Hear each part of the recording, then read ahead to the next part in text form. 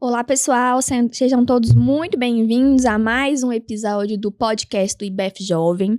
O podcast é uma iniciativa do Instituto Brasileiro de Executivos de Finanças de Minas Gerais. É uma instituição renomada que desenvolve e atua no ambiente financeiro, né? E a ideia do IBEF Jovem é abrir as portas para os jovens profissionais, os estudantes que estão almejando algo na carreira de finanças. E a ideia do podcast Jovem é trazer profissionais jovens que já atuam na área de finanças, que tenham interface com o ambiente corporativo, para nos dar dicas e contribuir, né, para que a gente consiga desenvolver cada dia mais os jovens que estão entrando aí nesse novo ambiente corporativo e para a gente receber os jovens da melhor forma possível. Então, hoje, o nosso podcast, a gente vai entrevistar o Henrique Perlato. O Henrique, ele é formado em Direito pela Faculdade Milton Campos e com várias especializações na área tributária, inclusive experiências internacionais, né? Depois eu vou pedir o Henrique para falar um pouco aqui para vocês. E atualmente, ele é doutorando pela Universidade Federal de Minas Gerais, né, na cadeira tributária também, e conselheiro do CARF, Conselho Administrativo de Recursos Fiscais. Henrique, seja muito bem-vindo, é um prazer para nós ter você aqui. Vamos ter um bate-papo super legal para a gente contribuir, né, para os jovens. E a primeira pergunta é a gente ouvir um pouco a sua história profissional, como você decidiu para esse ambiente tributário, né, como que foi a sua carreira até chegar nos dias atuais. Obrigado, Mayara. É um prazer estar aqui no IBEF hoje conversando com você. Eu já acompanho o trabalho do IBEF já há algum tempo, né? E tenho um contato também com o Júlio Damião no LinkedIn, que é muito ativo. Eu gosto muito de acompanhar os posts dele, principalmente explicando de forma simples questões complexas do mundo corporativo e financeiro. Sobre a minha trajetória profissional, eu costumo dizer que desde criança, meus pais sempre me impulsionaram a ter uma visão da questão profissional com uma certa estratégia, né? Meus pais sempre vincularam a questão profissional, o desenvolvimento profissional a uma questão financeira, né? Você tem que se sustentar e você se sustenta por meio do seu trabalho. Então eu me lembro que desde criança, muito novo, assim, 8, 9 anos, eu já ficava pensando assim, o que eu vou ser quando eu crescer? Tem que ser uma profissão que financeiramente é legal, embora criança, né, a gente não entenda muito bem como que funciona isso. E aí eu acompanhava muito televisão na época, né, jornal e tudo mais. Aí eu lembro a primeira vez, o pessoal falou, você fala muito bem, interage muito bem, você devia ser político. Eu comecei a ver na televisão e falei, quero ser deputado. Eu gostava do deputado e tal, até que teve um escândalo do dinheiro na cueca, do deputado lá com dinheiro na cueca. Eu falei, não, deputado não é bem pra mim, né? Acho que conflita aí com meus princípios éticos, né? Assim, já criança a gente começa a ter essa visão de mundo, o que é certo, o que é errado. Eu falei, não, errado eu não quero pra minha vida, eu quero uma coisa certa. E aí uma professora falou, não, você devia ser juiz, que é um cargo muito importante. E durante muito tempo eu segui com isso na cabeça, né? Durante o ensino fundamental, ali no início do ensino médio. Já no ensino médio a gente começa a ter contato com outras possibilidades, começa a entender melhor como que funcionam as profissões. Tive contato com o mercado financeiro, comecei a ver que o mundo era um pouquinho maior do que aquela caixinha que inicialmente eu pensava que era. Então eu comecei a ter um interesse muito grande por essas questões vinculadas mais ao mercado e comecei a ver uma importância maior dessa atividade da advocacia, que tem uma interface com outras áreas do conhecimento que eu acho que é mais interessante, às vezes, do que o trabalho de um juiz, na época, né? Na minha cabeça, assim, eu fiquei com isso e eu lembro que um tio meu chegou, assim, ele é advogado, trabalhista, e ele conversando comigo falou, você gosta? Tenta tributário, que é uma área interessante. Eu nem tinha entrado na faculdade ainda, estava no inicinho, assim, e fiquei com isso na cabeça. No início da faculdade, a gente não tem nenhum contato com tributário, né? Tributário, eu costumo dizer que é uma matéria que, dependendo de como você faz o curso de Direito, você nem tem tributário na prática, porque você acaba fazendo escolhas profissionais no início do curso que vão te moldando para um ou para outro lado do direito, que você vai ter mais afinidade, né? Você pode dar sorte de cair num escritório de tributário, mas não é a regra. Muitas vezes você vai ter um contato com cível, com trabalhista, que são áreas mais acessíveis, e o tributário, que é uma área mais restrita, você acaba não tendo muito contato. Eu tive muita sorte de ter essa visão já desde o início. Eu lembro, no 4º período, eu participei de uma feira da UAB sobre escritórios de advocacia. Era uma feira sobre gestão de escritórios de advocacia. E, na época, o professor Walter Lobato, eu ainda não conhecia, mas ele palestrou, né, nesse Meu evento. Orientador. Eu fiquei encantado com ele, que assim, eu tenho uma admiração muito grande pelo profissional que, né, pelo que ele representava na Milton Campos na época. Eu nem sabia, mas ele era um professor já consolidado na Milton Campos. E conversei com ele depois da palestra, né, naquele momento de network. Ele falou, você é aluno da Milton Campos? vai lá nas minhas aulas, pode ir lá como ouvinte nas minhas aulas de tributário 2. Imagina, um aluno de 4º período. Não pegou nenhum já. Eu não sabia, não entendia de nada, eu estava tendo direito, assim, financeiro 1, né, na faculdade, não entendia como que as coisas funcionavam, mas estava eu lá indo à noite na faculdade. Então eu fazia aulas de manhã, tinha um estágio, o meu estágio era de 2 às 8, era um estágio com um horário um pouquinho complicado até, e eu ia todo dia depois, né, todo dia de aula, eram 2 vezes por semana, eu ia e tentava ficar os 2 horários, se eu conseguisse, assim, para tentar absorver o máximo possível, eu ouvia a mesma aula 2 vezes, né, ele dava textos pra gente ler, da revista Dialética, aquela coisa assim, e para mim tudo aquilo era muito difícil, né, eu tentava, me esforçava, mas havia uma dificuldade ali por uma falta de base, né? Às vezes eu não tinha a linguagem necessária para decifrar aquele código, né?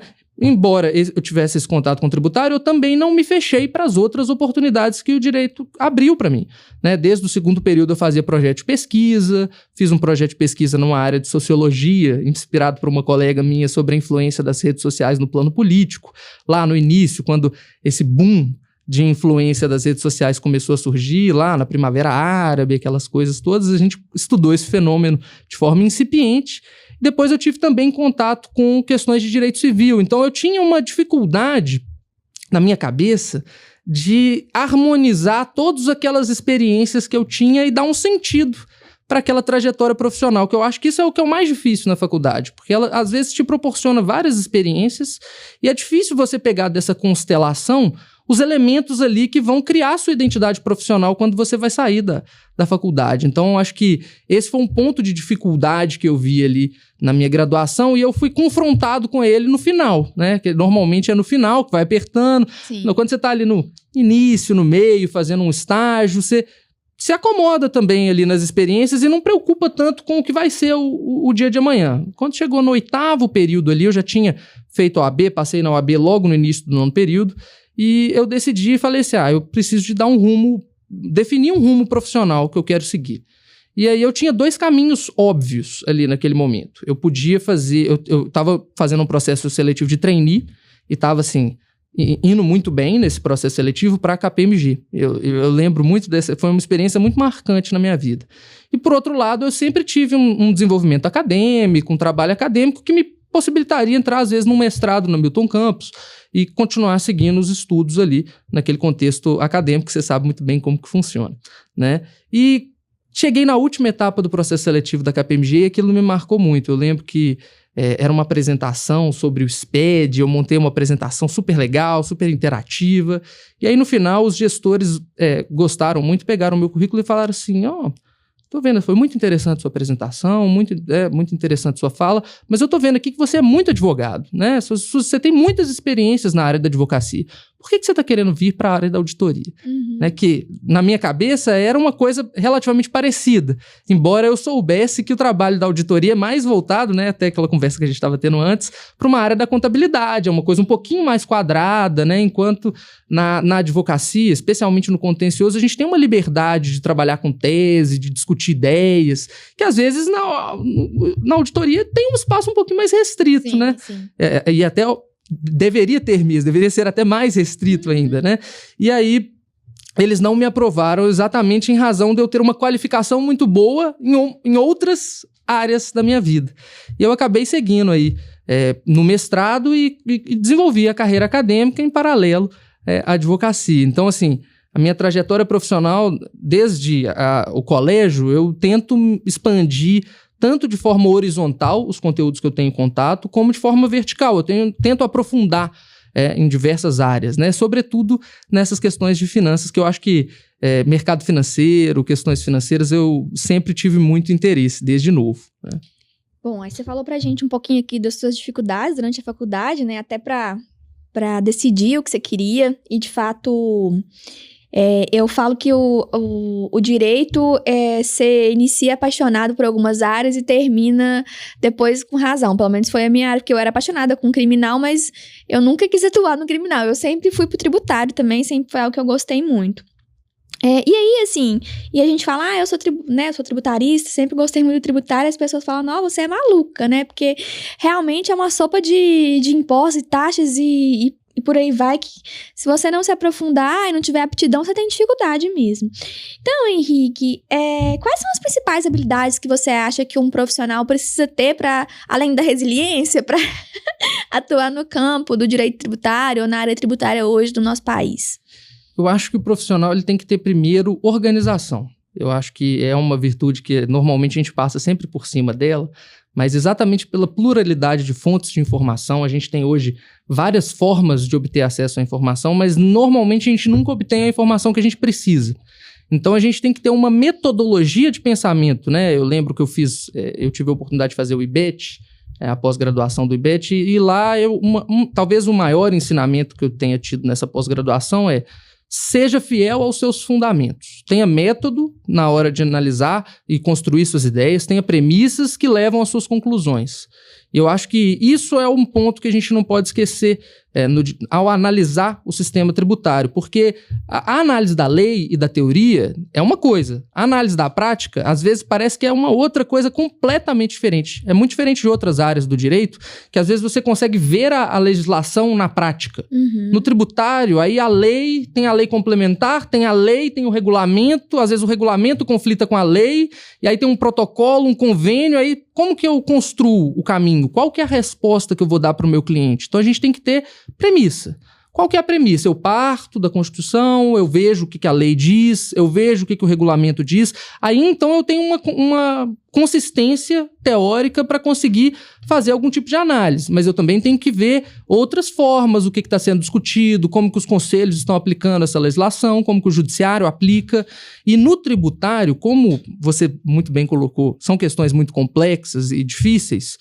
Não são os profissionais, às vezes, que precisam aplicar o direito tributário, não conhecem direito tributário. Uhum. Que acontece em muitos casos com procuradores, juízes, né, que são pessoas que passam num concurso público e tudo bem, nesse ponto resolveu o problema, mas eles são lotados para trabalhar, às vezes, com uma matéria que eles não tinham muita afinidade. E aí é uma dificuldade do especialista levar para a pessoa que tem a caneta, que decide, às vezes, qual que vai ser o resultado, da forma mais simples possível, qual que é o efeito tributário daquela operação. Às vezes são operações complexas, a gente tem que analisar questões complexas, tem questões sutis ali de interpretação de legislação. Então, isso tudo tem que ser muito bem trabalhado em termos de organização, para que a pessoa, o destinatário dessa conversa toda, possa compreender a mensagem e aplicar da melhor forma possível, né? Isso pensando aí num... E aí, a gente sabe que essa área, né, do tributário, em especial aqui a gente está falando muito do direito tributário, ela tem uma interface muito grande com as áreas financeiras, né, com a economia, com a contabilidade, com o planejamento orçamentário, né, esses profissionais que estão atuando no ambiente financeiro, eles precisam conhecer um pouco que seja do ambiente tributário até para direcionar o seu dia a dia de trabalho, o seu fluxo de caixa, né, suas provisões, com base exatamente, né, no que o cenário da jurisprudencial está trazendo, qual que é a importância que você vê no dia a dia desse bom profissional de direito tributário atuar de forma conjunta com os profissionais do ambiente corporativo de finanças? A percepção que eu tenho é que há uma compreensão do que é a contabilidade e o que é um direito tributário. Essas coisas, elas têm um diálogo muito profundo e enraizado, mas às vezes o profissional da contabilidade tem um olhar e o profissional do direito tributário tem outro. Um exemplo de uma situação que eu vivi no escritório, que essa interface foi muito positiva, foi com relação à questão de tributação de subvenções fiscais. Havia uma discussão muito grande no direito tributário se um ente pode tributar a subvenção fiscal dada por um outro ente, um benefício fiscal. O Estado dá um benefício fiscal de ICMS, por exemplo, e a União pretende tributar isso como se renda do particular fosse. Então havia uma discussão muito grande com relação a essa possibilidade jurídica de tributação. Como que isso é visto pela contabilidade? Aí a gente vai ter que ver como que isso é evidenciado lá nos lançamentos, como que as empresas faziam, o crédito presumido do ICMS tem uma forma de evidenciar, a redução de base de cálculo tem outra forma de evidenciar. E aí o que eu achei legal dessa discussão toda é que os aspectos contábeis de como isso é mostrado para a fiscalização e para o mercado impactaram até na definição de como que isso seria tributado. Uhum. Por exemplo, então, embora o profissional do direito fique com aquela premissa, eu estou olhando é uma subvenção, então todas as subvenções, não importa como que elas estejam efetivamente ali dispostas, elas têm o mesmo raciocínio. Para o profissional da contabilidade, não. Para o profissional da contabilidade, se eu estou falando de um tipo de subvenção, já é uma coisa diferente falar de outro tipo. E como eu mostro isso no meu balanço, muda às vezes o lucro que eu vou aferir, muda a forma, o que eu vou evidenciar ali. Às vezes vai mudar, então, a interpretação da fazenda sobre como isso vai ser tributado ou não. Então, eu acho que, nesse sentido, há uma necessidade de uma conversa muito franca dos profissionais de um lado e de outro para entender qual que é a limitação que a contabilidade vai oferecer. E aí é nesse ponto que o advogado tributarista vai ter que explorar mais oportunidades, né? Então, não só há uma necessidade de um trabalho conjunto, mas de uma linguagem conjunta, de uma ponte de comunicação muito aberta, que eu vejo que é raro acontecer no ambiente, né? O contador, às vezes, fica muito preso no raciocínio dele, aí o advogado, às vezes, fica muito na viagem também e, às vezes, esquece da realidade, esquece de olhar um pouco para aquele dado, né, contábil, que é o que reflete a realidade para o mercado, né, do que representa aquele título, aquela ação, né? Então, eu acho que esse é um ponto que deveria melhorar ainda, eu acho que é um ponto que tem muito a ser explorado, porque quando a gente tem um bom diálogo com a contabilidade de uma empresa, a gente consegue explorar de forma mais eficiente as oportunidades e entregar um trabalho melhor, entregar mais resultado no final do dia, que é isso que é o objetivo de todo profissional, né? Bom, Henrique, atualmente você está como conselheiro do CARF, né? E é um cargo que eu particularmente acho muito legal. A gente que está nesse ambiente do tributário tem uma admiração muito grande pelos profissionais que estão lá, né? Dando significado, né, nos recursos, nas discussões e, enfim, colocando na prática. Explica pra gente um pouquinho como que é o papel do CARF e como que é o papel do conselheiro, né, nesse ambiente de discussões aí tributárias no ambiente administrativo federal. O CARF é um tribunal administrativo que julga recursos fiscais, né? A estrutura do contencioso administrativo primeiro, você tem a oportunidade de se defender contra um lançamento, uma cobrança do Estado perante a Delegacia Regional de Julgamento, que é só representante da Fazenda que vai analisar as suas alegações. Então, há uma restrição ali com relação ao entendimento que é adotado. Contra a decisão que é proferida pela DRJ, o contribuinte pode apresentar o recurso voluntário. Isso vai para o CARF e o CARF analisa. Aí já é um órgão paritário, né, que tem representantes tanto do Conselho, tanto da Fazenda como dos contribuintes. E esse intercâmbio de ideias permite aí um melhor aprofundamento e amadurecimento também das provas, das teses que são aplicáveis. Então, acho que há aí uma riqueza muito grande no CARF, porque você tem a possibilidade de diálogo. Você não está conversando só com a administração, você está conversando também com representantes dos contribuintes que tem ali, acaba, né, a Fazenda, o conselheiro fazendário tem um pensamento. Tem um viés, viés, porque a formação dele, é o que ele viu. Ele veio de fiscalização, ele viu muita fraude, então ele já tem aquela cabeça. E às vezes o advogado, né, quem vem da advocacia e defendia contribuintes, tem uma outra visão. Eu analiso prova de uma forma diferente, eu tento encontrar e né, cavar ali as razões. Claro que, né, não são todos os casos que a gente consegue fazer alguma coisa, mas sempre tem discussões muito interessantes e as pessoas lá são muito abertas a ouvir o outro lado. Então, eles costumam dizer que talvez seja um dos órgãos administrativos de julgamento em que você tem a maior possibilidade ali de debate mesmo das ideias para se chegar a uma decisão, que não acontece em outros conselhos, em outras esferas de julgamento. Até mesmo no judiciário é mais difícil a gente discutir, porque o Poder Judiciário, como eu já disse, né, tem a dificuldade com a matéria. Não é uma matéria muito familiar para muitos julgadores. Então, eles acabam tratando isso de uma forma talvez um pouco menos enfática do que o CARF trata, porque o CARF só julga aquela matéria. Às vezes o conselheiro eu julgo 3 tributos, né? Eu julgo contribuição, imposto de renda pessoa física e imposto de renda retido na fonte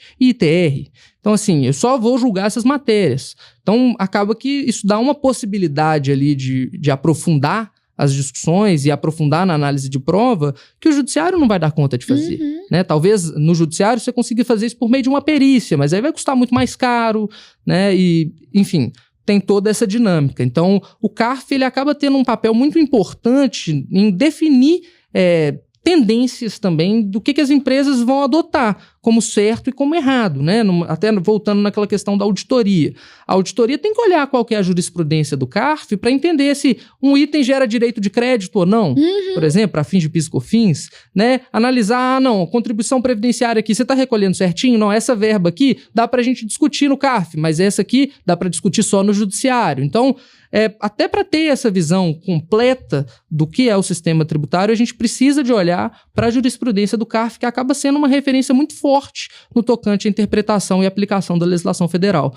Então, na minha concepção, a gente vê, por exemplo, notícias do Jota, do Valor, julgou caso bilionário. Isso vai definir várias pautas subsequentes, como, por exemplo, questões de transação, questões de... Isso vai seguir para a justiça, vai ter uma execução fiscal, vai ter um embargo. E as empresas estão de olho, né, no que está acontecendo, até para definir as estratégias e gerir risco. Porque, no final das contas, querendo ou não, é isso que a gente faz nessa parte de finanças, é gestão de risco. Sim. Né? A gente pega os números, só servem para indicar o risco e retorno daquelas questões que a gente está analisando, aqueles fatos econômicos subjacentes ali ao que está sendo traduzido em números, né? E aí você até já trouxe bastante insight aqui das próximas perguntas, e uma delas é assim, pra gente falar o papel do CARF nesse ambiente financeiro empresarial, né? Então, a importância do entendimento sistêmico dos profissionais de finanças, né? O profissional que está no ambiente contábil, ele precisa entender a importância do ambiente tributário, da parte de planejamento, né? E da parte do direito, né? Que deságua nessas decisões, porque isso interfere no dia a dia, no fluxo de caixa, nas decisões de risco, né? Então, como que você acha que o CARF, né, tem impacto nesse ambiente, um pouquinho mais, você já falou, nesse ambiente empresarial e no ambiente de finanças para um CFO, fazer estratégia, né? A análise...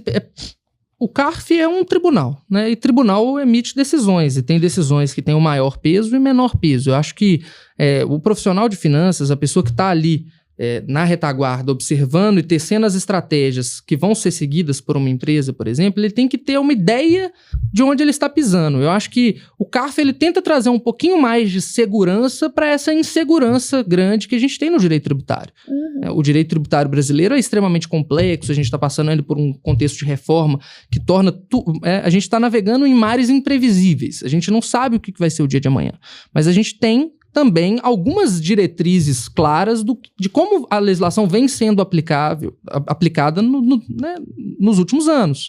E com base nessa análise, é possível que os profissionais consigam entender o que vai ser também daqui para frente, né? E projetar as expectativas para o futuro. Então, eu acho que, assim, é sempre esse olhar. Quando a gente fala de tribunal e decisões, etc., qual que é a importância disso tudo para uma análise de previsibilidade? É para a gente olhar como que foi a tradição até então e quais são as perspectivas daqui para frente. Onde que dá para trabalhar ainda? O que já foi pacificado?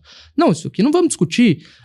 Não, então vamos entrar com uma discussão administrativa aqui para, às vezes, demorar um pouquinho mais para a gente poder aderir a um programa de parcelamento ou aderir a uma transação e fazer uma regularização disso. Enfim, a pessoa tem que estar antenada para... Eu acho que o ponto principal do CARF na questão de finanças no geral diz respeito a prognóstico de risco. Né? Qual é o risco de eu não pagar um tributo aqui? O que isso vai acontecer? O que isso vai implicar ali na frente? Não, então às vezes é melhor eu pagar, ou às vezes é melhor eu discutir e lá na frente eu pago, porque o ônus disso no tempo diluído, às vezes eu consigo me projetar melhor. Enfim, tudo isso impacta aí na questão do planejamento, né? Sim. Bom, aí a gente passando aqui um pouquinho agora para a parte de liderança, né? Que é um tema bem legal que a gente trata aqui no podcast. Então, além de um profissional técnico qualificado, né, Henrique, você já tá numa carreira bem consolidada nesse ambiente tributário, a gente também enxerga você como um líder jovem, né? Um profissional que virou líder muito jovem, assume responsabilidades muito jovens. O que a liderança significa para você nesse ambiente? Como que você trata, né? Essa responsabilidade de liderança, né, e passar para os mais jovens aí esse ambiente profissional. Liderança, para mim, é uma postura, muito mais do que uma cadeira, muito mais do que... É uma postura. Eu me lembro, meu primeiro contato com a liderança foi quando eu estava ali terminando meu mestrado, e eu tive a oportunidade de fazer um processo seletivo para o Sescop. Eles estavam fazendo um programa de jovens líderes do cooperativismo. Então, eu tinha uma vinculação com o cooperativismo, eu era cooperado de uma cooperativa de crédito, não trabalhava com isso, mas eu era cooperado. E eu fui um dos 35 jovens selecionados no Brasil para participar desse programa de treinamento de novas lideranças do cooperativismo. E aí a gente teve a oportunidade de ter contato com os temas mais profundos aí de liderança, de soft skills, de empatia. E acho que de tudo isso que eu tiro, a liderança para mim é a capacidade de despertar o brilho nas pessoas, despertar aquela chama nas pessoas. Seja em você mesmo, né, de uma liderança pessoal, você conseguir administrar os seus impulsos, as suas emoções, que muitas vezes a gente tem dificuldade, né, e eu acho que esse é um ponto de dificuldade da liderança, a gente conseguir trabalhar as nossas emoções e não jogar isso pro outro, e não enviesar, às vezes, o discurso do outro, interpretar o outro mal, né, interpretar o outro muito pelo nosso olhar. Muitas vezes a gente fica muito preso na nossa lente, e aí é muito difícil entender o outro pela lente do outro, né, que é a questão da empatia, que para mim é uma questão muito difícil, né, de como é que eu entendo o outro, sendo que eu tenho um outro contexto, uma outra realidade, uma outra formação, né? Enfim, são outros valores, é muito difícil, né? E eu acho que essa é uma dificuldade da liderança também, né? A liderança é essa capacidade de desenvolver o estímulo, de fazer as pessoas ficarem motivadas, porque eu acho que a dificuldade hoje é de motivação. A gente tem informação, a gente tem informação técnica, o difícil é motivar. Eu acho que esse é o papel do líder, né? O líder não é aquele que cobra o resultado, é aquele que faz com que a pessoa sinta-se na vontade de entregar aquele resultado, porque esse resultado, o esforço, quando a gente está motivado, ele é muito fácil de ser feito. Quando a gente está desmotivado, é assim, hercúleo, pode parecer uma coisa boba, mas torna-se difícil o ambiente. Então, acho que esse é o ponto para mim da liderança, é de estimular, despertar essa vontade para que a pessoa mesmo queira, né? Sem que seja algo que vem de fora. A motivação é intrínseca, ela não é extrínseca. Sim. Né?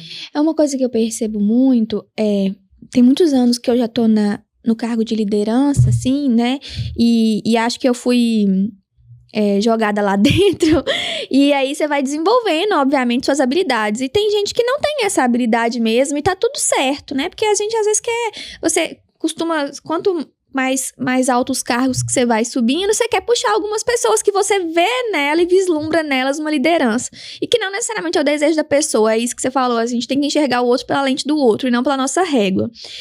Mas eu tenho uma dificuldade muito grande, às vezes, de ver profissionais conciliando as entregas técnicas com a liderança, com a gestão de pessoas. E eu acho que é muito difícil você ser muito bom tecnicamente e também muito bom de liderança. Então, assim, tem um choque, assim, é difícil você desenvolver os dois papéis, né? Tanto é que existem empresas que têm essa carreira em Y, né? Que eles focam no desenvolvimento técnico daqueles que são muito bons e não jogam eles para liderança para não prejudicar a carreira deles e focam naqueles que têm a gestão de pessoas, a liderança, o engajamento, né? Como que você concilia, Henrique? Porque o seu papel é um papel muito técnico também, né? Como que você concilia esse trabalho técnico, lidar e eventualmente, né, tá lidando com pessoas, tendo que engajar pessoas no seu time ou em algum time que você já teve atuação? Eu acho que esse ponto que você trouxe é um ponto muito relevante, né? Que às vezes a gente traz um peso muito grande, né, dentro da questão operacional, porque o operacional do dia a dia, a entrega de um trabalho de qualidade é uma dinâmica, né? E a liderança, ela fica quase que como uma coisa por fora disso, né? Acho que a gente costuma separar muito o que é o trabalho técnico do dia a dia com o exercício do trabalho da liderança. Eu acho que você trouxe uma coisa muito interessante. O líder que fica na parte de planejamento estratégico, ele vai ter uma dificuldade de fazer o planejamento estratégico e de fazer o planejamento do dia a dia, né? Porque ele tem que olhar tanto para o horizonte, ver o que está além, como ele tem que também estar trabalhando dentro do que ele tem hoje, né? Para chegar até lá. Então, às vezes é difícil a gente ter esse olhar duplo, né? Olhar tanto para o horizonte como para o dia a dia da equipe, né? Mas eu acho que, assim, a questão da liderança está em pequenos atos, né? Na minha concepção, está em pequenos atos. Eu lembro quando eu comecei essa trajetória da advocacia, eu tive a oportunidade de ter alguns estagiários. Foi a primeira vez que eu tive subordinados, né? Vamos colocar assim, dentro de uma estrutura. Eu era o piso, mas tinha alguém ainda abaixo de mim, né? Nessa perspectiva. E eu lembro que havia uma dificuldade muito grande de lidar com o estagiário no primeiro momento, e eu sou muito acelerado, eu sou ligado no 220. Então, eu gosto das coisas para ontem, alguém me deu uma demanda, eu já quero estar trabalhando nela, eu já quero, né, pra gente conversar daqui a pouco, assim, e não é todo mundo que tem esse ritmo. Então, aí já gera uma dificuldade. Então, você às vezes passa uma tarefa e a pessoa demora muito para fazer a tarefa, ou te entrega incompleto. No início, eu ficava muito irritado com aquilo, porque eu preciso entregar. Se você não fizer, eu vou fazer. Então, pensando no meu individual, a sua não entrega é uma entrega maior que vai ficar para mim. Sim. Então, isso gera muita irritação no dia a dia, porque o dia tem 24 horas e você não quer trabalhar 24 horas, né? Você quer entregar o seu trabalho, você já tem uma expectativa ali. Então, às vezes, contar com outras pessoas é uma questão que no dia a dia dificulta mesmo. Mas eu acho que num primeiro momento eu reagia muito. Então eu tinha eu chegava ao trabalho, eu já chamava a pessoa, já conversava, mas com aquela emoção. Voltando naquela questão da liderança. A liderança primeiro é a liderança para si e depois é a liderança para o outro. Então primeiro eu tenho que controlar os meus impulsos, as minhas inquietações, frustrações e falar assim, não, peraí, será que eu expliquei bem o que eu queria? Então deixa eu pensar, lembrar como que eu expliquei. Deixa eu ver qual que vai ser a melhor forma de eu falar para essa pessoa o que eu quero mesmo e para as próximas entregas serem coerentes. Explicar para ela que se ela não entrega, eu que vou ter que entregar. E aí a gente vai ver, é uma questão de mau caráter da pessoa que não tá fazendo porque não tá nem aí, porque sabe que tem alguém que vai entregar no final, ou não, é uma pessoa que tá com dificuldade mesmo. Então eu acho que o papel do líder é tentar enxergar a vulnerabilidade do outro e trabalhar essa vulnerabilidade de uma forma que o outro não fique destruído. Eu acho que esse aqui foi um aprendizado que eu tive. Porque às vezes não é só falar, porque a verdade machuca também. Às vezes, dependendo da forma que a verdade for dita, o outro já não quer ouvir mais. Então, tem muito a ver com como trabalhar a devolução, principalmente quando é uma devolução frustrada, né? Principalmente quando não, você não cumpriu as expectativas, mas eu acho que você tinha condição de cumprir. Então, vamos adotar os próximos passos para que isso chegue lá? Eu acho que é uma construção. No dia a dia, é claro, isso fica mais difícil, porque a gente não tem esse tempo todo, né? As entregas são sequenciais, as coisas estão acontecendo, às vezes as pessoas não têm nem tempo para parar e ter uma conversa. Feedbacks demoram muito tempo para você ter uma reunião de feedback para entender o que a sua liderança está tendo de percepção com relação ao seu trabalho. Então, eu acho que são essas dificuldades no dia a dia que acontecem. Então, a gente tem que saber desacelerar para ter essa conversa com o liderado, principalmente entendendo que numa posição de líder, a nossa palavra tem um poder muito maior. Então, as nossas ações causam impactos que às vezes a gente não dimensiona na vida do outro, né? Então, a gente tem que ter muito cuidado também na hora de fazer essa abordagem. Não sei se era exatamente isso que você queria, mas eu acho que assim, num âmbito, eu acho que no dia a dia a gente é líder em qualquer situação. Pode acontecer assim, a gente pode estar saindo aqui e alguém cair ali, machucado ali na rua, e o líder vai ser a pessoa que vai parar e vai falar, gente, precisamos de uma ambulância e coordenar as pessoas. Eu acho que isso é um papel social. O ser humano tem essa referência desde a tribo, né? A gente já tem o líder. Então, assim, isso não é uma coisa que surgiu agora no contexto corporativo, né? Eu acho que tem pessoas que têm mais aptidão, que é o que você disse. Tem pessoas que gostam disso. Assim, eu sempre... se surgir uma discussão de um grupo, a gente tem 5 pessoas, eu certamente vou ser uma pessoa que vou ter uma aptidão ali para tentar puxar e coordenar o grupo, porque é uma coisa que eu gosto. Assim, isso é natural para mim. Não é natural para outras pessoas. Eu acho que, nesse ponto, a gente tem que entender. Quem tem um papel mais operacional, entrega uma operação melhor, às vezes precisa de trabalhar mais no aspecto da liderança, porque vai ser uma coisa que vai exigir mais. E se for vontade dele virar líder também, que a gente precisa entender o momento do outro, né? Assim, se ele realmente quer virar líder também, né? Mas eu acho que todo mundo tem que ser líder dentro da sua esfera, né? Assim, eu tenho essa percepção que o trabalho de liderança, ele não é o trabalho só do CEO, do CFO, quem tá lá em cima. Eu acho que o líder, ele tá em todas as esferas, porque liderar não é só assumir as rédeas e puxar todo mundo pra frente. Às vezes no dia a dia, você vê uma pessoa que tá triste na sua equipe ali, poxa, conversa com ela, pergunta, fala uma coisa, uma palavra boa, aquilo vai motivar a pessoa. Você exerceu liderança ali naquele contexto, sabe? Você teve um olhar pro outro, assumiu um papel de protagonismo. Além do sentido literal, né? De liderar, né? Então, assim, eu vejo isso de uma forma mais flexível, né? Eu lembro que uma vez eu tava tendo essa conversa com o gestor que eu tive, numa época que eu estava ainda começando no escritório, eu falei, não, eu estou trabalhando bastante a liderança aqui, com os estagiários e tudo mais, aí a pessoa virou para mim e falou assim, mas você não exerce posição de liderança, não. Posição de liderança você vai passar a exercer quando você sentar nessa cadeira tal. Aí eu fiquei pensando, eu falei assim, olha só, eu estava desenvolvendo um projeto que era fora do meu trabalho, não era uma exigência, ninguém estava demandando isso de mim. Então, eu espontaneamente assumi aquele trabalho, era um trabalho de desenvolvimento acadêmico na época, de estagiários. E aí, quando eu trouxe isso para o meu gestor, ele falou assim, não, você não é líder, não. Então, assim, isso e tudo que você está fazendo, para mim aqui não vale de nada.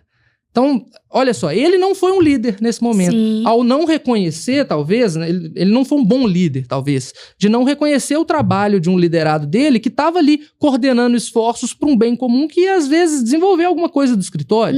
Então, eu acho que todo mundo tem o seu papel dentro da organização. E os momentos de liderança, eles surgem, né? São situações que demandam liderança. E não é sempre que os CFOs, CEOs vão estar disponíveis, né? Na verdade, quase nunca eles estarão disponíveis. Então, eu acho que, nesse ponto, as estruturas têm que incentivar a liderança. E como que eu acho que isso é bem feito em algumas estruturas? É ditando os valores que vão nortear as ações de cada um. Então, se eu tenho uma situação de conflito ali, uma crise dentro da minha estrutura, vai surgir um líder, né?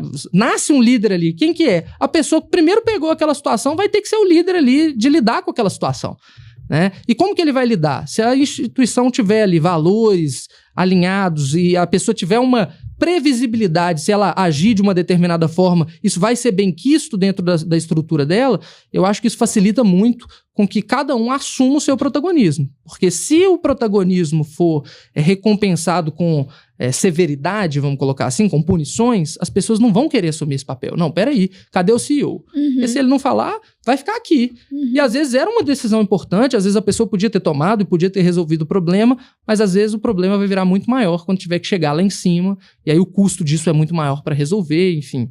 Eu acho que a centralização gera esses gargalos. Sim. E esses gargalos, para mim, é o calcanhar de Aquiles aí de qualquer instituição. Porque pessoas não são eternas, mas as instituições ficam. As pessoas vão e vêm, mas as instituições ficam. Então, eu acho que esse fortalecimento da cultura institucional para descentralizar a liderança é um desafio, mas que vai ser recompensado aí, principalmente nesse confronto intergeracional, né? Porque as novas gerações anseiam um pouco por isso, né? Então, acho que é a dificuldade de conciliar os modelos de gestão do passado com os modelos de gestão que estão vindo aí.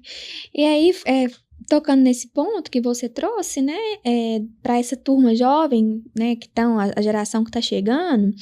e assim, a gente falando um pouco do ambiente tributário aqui, de reforma que você trouxe, quais são as oportunidades aí que você vem enxergando para os jovens que querem atuar nessa área de finanças ou nessa área tributária, né, assim, é um mercado que está em franca expansão, né, assim, principalmente agora com a reforma, como você falou, a gente está navegando por mares totalmente desconhecidos, a gente não tem nenhuma bússola, né? Não tem nenhum GPS para ajudar. Quais são as principais oportunidades que você vislumbra, Henrique? Tanto para nós, que já estamos agora atuando, mas para os jovens que têm interesse em atuar também. Eu tenho a percepção que o mercado tributário, ele nunca desaquece. Ele é sempre aquecido porque sempre falta profissional. Até por ser uma área complexa, as pessoas têm pouco contato na faculdade, dificulta muito a entrada, e se você, às vezes, não tem contato com grandes escritórios... enfim, ou instituições, grandes empresas, você acaba não tendo acesso àquelas discussões. Uma coisa que eu tenho para mim, quando eu formei, eu não tinha muito contato, por exemplo, com direito tributário. Tinha tido algum contato, mas não muito. E fiz um mestrado, pensei em seguir para o direito tributário, acabei conduzindo ele mais para o regulatório, enquanto eu fazia pós-graduação, a pós-graduação do IBET e outras, enfim. E eu tinha uma bagagem teórica de direito tributário muito grande, mas... se alguém me fizesse uma pergunta assim, como é que é o ICMS na minha operação? Eu não sabia responder. Porque uma coisa é você saber a teoria, outra coisa é você saber o dia a dia da prática. Sim. Então, eu acho que assim, há uma oportunidade muito grande porque é um terreno pouco explorado. Os Os escritórios precisam de estagiários, à torto e à direito, né? Sempre precisam de estagiários, advogados júnior, principalmente júniores e plenos, que eu acho que é uma demanda de entrada para a formação do profissional. Às vezes é mais fácil para o escritório formar o profissional do que contratar um profissional já consolidado de mercado. Claro que acontece, mas assim, o mercado é muito... também as pessoas giram de cadeira o tempo inteiro, né? Mas eu acho que a oportunidade está exatamente em ter espaço. A dificuldade, eu acho, é o esforço e dedicação que você tem que ter para se manter nessa trilha. Eu acho que a motivação é que é o ponto principal. O que te motiva, né? E essa carreira é uma carreira muito promissora, muito próspera, mas que vai trazer desafios profissionais muito grandes também. Então, é isso que você quer? Né, tá em constante conflito ali, porque nada do direito tributário é um sim ou não, é sempre um depende. Aí você tem que levar em conta vários elementos de complexidade. E isso é para você? Você quer isso? Se você gosta de lidar com grandes causas com grande complexidade, que tem interface com direito, com questões econômicas, com questões de outras áreas do direito. Às vezes você vai ter que estudar uma questão trabalhista para entender o reflexo tributário, uma questão civil, empresarial para entender o reflexo tributário. Então, isso exige muito do profissional, né? E não é todo profissional que quer essa exigência, né? Tem pessoas e pessoas, tem perfis e perfis. Eu acho que para um profissional que busca uma alta performance, busca sempre se renovar, o direito tributário proporciona um caminho, assim, inigualável, né? É uma área que as oportunidades vão aparecendo e desde que a pessoa tenha disposição para enfrentá-las, elas vão continuar aparecendo. Então, eu acho que é um campo muito fértil aí para todo mundo que queira persistir, né? Que eu acho que não é uma área fácil. Para mim, não foi uma questão intuitiva, não foi simples, eu tive que batalhar muito e me esforçar muito, tanto de estudo como no dia a dia, né, da prática, de tentar entender mesmo, de analisar processo, de gastar horas nisso, finais de semana, enfim. Tempo, você tem que dedicar tempo e também, enfim, tem questões pessoais, né? Eu tenho uma aptidão maior com questões de números, entendo melhor essas questões. Tem gente que fala, eu vi um número ali, uma fórmula ali, alíquota vezes base de cálculo, acabou pra mim. Não, então não vai pro tributário. Já parei ali já. Então não vai pro tributário, né? Escolhe outra área, porque tem outros caminhos no direito. Sim. Né? Até outros caminhos que dialogam bem com finanças, né? Não precisa ser direito tributário. Várias outras áreas também vão auxiliar aí a tomada de decisão em conselhos, etc. Então, isso não é um requisito para trabalhar nessa área corporativa. Mas, sem dúvida nenhuma, o direito tributário é um dos maiores aliados na decisão de tomadas estratégicas, né? De decisões estratégicas dentro das empresas. Então, uma questão de planejamento tributário, vou fazer uma operação, como que eu vou fazer essa operação? Tudo isso vai passar por uma série de questões logísticas, etc., mas sempre tributárias. Porque pode ser, assim, uma coisa impensável do ponto de vista logístico, mas se o benefício fiscal for bom o suficiente, às vezes você vai preferir fazer uma coisa que não é prática, né? Mandar o caminhão para lá, para cá, para lá, para cá, para cá, mas tem o benefício fiscal? Não, então beleza. Às vezes, se você colocar na ponta do lápis, pode ser que vale a pena. Então, enfim, são questões aí que impactam muito. Eu acho que o tributário acaba sendo um elemento definidor das estratégias das empresas. Com certeza. Bom, pessoal, a gente já está caminhando para o final, Henrique. E aí, assim, pra gente já fechar a nossa entrevista, né, que foi uma entrevista muito rica e com bastante insights para os jovens, né, eu queria que você falasse um pouquinho de sugestões para os jovens se manterem atualizados, né, dicas que funcionou para você e, assim, vários tipos de dicas, né, livros, filmes, acompanhar mesmo o dia a dia do noticiário, né, dar um pouquinho de dica pra gente, para os jovens que têm interesse nessa área, que, né, que quer desenvolver a carreira nesse ambiente tributário? Eu acho que a dica que eu dou para qualquer um, na verdade, não só jovens, como profissionais já consolidados, saiba contar a sua história. Eu acho que nada funcionou na minha vida, profissionalmente e em outras áreas, quando eu não tinha a dimensão de como contar as experiências que eu tive. Porque uma coisa é você ter a experiência na sua cabeça, outra coisa é como você conta para outra pessoa, e acho que esse que é o grande trunfo, né? A gente saber contar a nossa história para conectar com a história do outro. Então, no mercado profissional, são pessoas que estão conduzindo isso, né? Sempre são pessoas, de pessoas para pessoas. Então, se você contar a sua história bem contado, chamar atenção para os seus pontos de força e para os seus pontos de fraqueza e saber trabalhar também as suas fragilidades nesse contexto, eu acho que isso tudo enriquece muito e humaniza muito, né, esse ambiente profissional e faz com que você consiga alcançar ali espaço com as outras pessoas. Então, às vezes, numa entrevista profissional, é tudo isso que eu contei aqui. Fiz um projeto de pesquisa, fiz 2 projetos de pesquisa, 3, podia ser 50. Isso é só um número no meu currículo. Agora, se eu te contar a experiência, por exemplo, um projeto de pesquisa, eu estava na sala de aula e eu comecei a discutir com a minha professora, e aí eu falei, professora, eu dei um exemplo para ela, ela falou assim, você não está entendendo nada, vai tirar 0 na minha prova. E aquilo ali me motivou. E eu fui, pesquisei, conversei com outros professores, outros profissionais, falaram, nossa, você tem uma ideia genial aqui, esse exemplo ela não pensou, isso ela tá errada mesmo, então isso aqui tem um caminho para desenvolver um projeto de pesquisa. E aí eu desenvolvi um projeto de pesquisa e cheguei à conclusão que uma jurisprudência que era citada em grande parte dos julgados que eu pegava sobre o tema, ela não existia, ela não dizia respeito àquela matéria, e ela era citada como a jurisprudência. Então veja, era só um projeto de pesquisa, era uma linha do meu currículo. Mas quando eu trago todos esses elementos, olha, eu tive um confronto com um professor dentro de sala de aula e isso me motivou a escrever o meu TCC. Veja, o TCC é um ponto irrelevante na vida da maior parte dos estudantes. É só mais um degrau para a formação e tudo bem. Mas se você consegue dar um contexto disso dentro da sua história e trazer a importância disso, é uma coisa singela, mas que passa a ter um peso muito maior dentro daquela relação. Então, isso não é só com a sua vida, com a sua história, é com a história do seu cliente, é com a história da empresa que você está representando. Enfim, saiba contar histórias. Eu acho que essa é o grande trunfo do profissional nesse giro que nós estamos, porque todo mundo tem todas as informações. A informação ela chega por você ou pela internet, hoje o ChatGPT faz isso muito bem, enfim. Qual que é o seu diferencial? Eu acho que o diferencial das pessoas dentro das instituições vai ser uma boa capacidade de contar essas histórias e reinventar as organizações aí para os próximos dias. Muito bom, Henrique. Muito obrigada. Super legal essa última dica, assim, extremamente importante, né?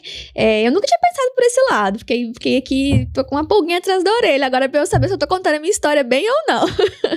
Em nome do IBEF, né? IBEF Minas e IBEF Jovem, eu te agradeço muito a sua participação.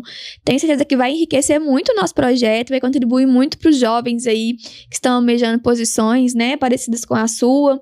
E óbvio, você trouxe dicas aqui importantes também que destoam da carreira tributária no ambiente do direito, né, como um todo de vida.